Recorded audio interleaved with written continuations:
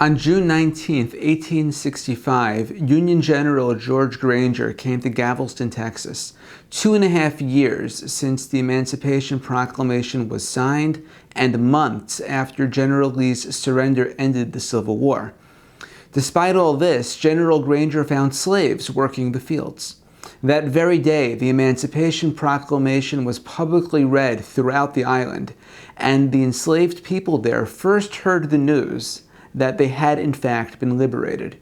In 1980, Texas was the first state to recognize Juneteenth as an official holiday. This morning's Torah portion is called Chukat after the opening words, Zot Chukat HaTorah. These are the statutes of the Torah. The Hebrew word chok means statute, but originally it had the connotation of staff, particularly the staff carried by a leader and lawgiver. In this morning's Torah portion, the Israelites sing in celebration of the miracle of Miriam's well, of the water that sustained them through the wilderness, the water that gushed forth from a rock after it was struck by the staff of their michokek, their leader and lawgiver, Moses. Abraham Lincoln had signed the Emancipation Proclamation. The 13th Amendment was already in the process of being ratified, yet none of that mattered to more than 1,000 enslaved people in Galveston, Texas, and its surrounding areas. They did not know they had been freed, and their enslavers refused to accept that reality. So one enduring lesson of Juneteenth is that creating laws to address injustice is not enough.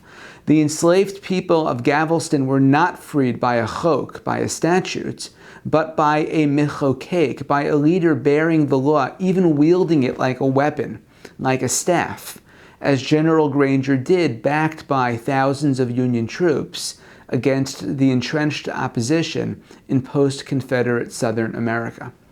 We often like to think that history can change with one stroke of a pen, but it's one thing to articulate values and even to write laws reflecting them, but it's something else entirely to live up to them. Even today, racial and economic segregation persist decades after the passage of landmark legislation intended to end them. And in this way, we're constantly playing catch-up with our own stated values. Our laws are so often aspirational, reflecting how we want to be rather than as we are. And sometimes the gap between these is frustrating. Imagine how General Granger felt to see slavery even after the end of the Civil War.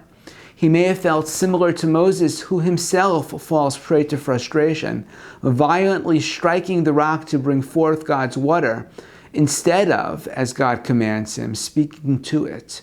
Moses was dismayed and angered by the people's constant grumbling and complaining, even 40 years after he delivered the Torah and its teachings to them.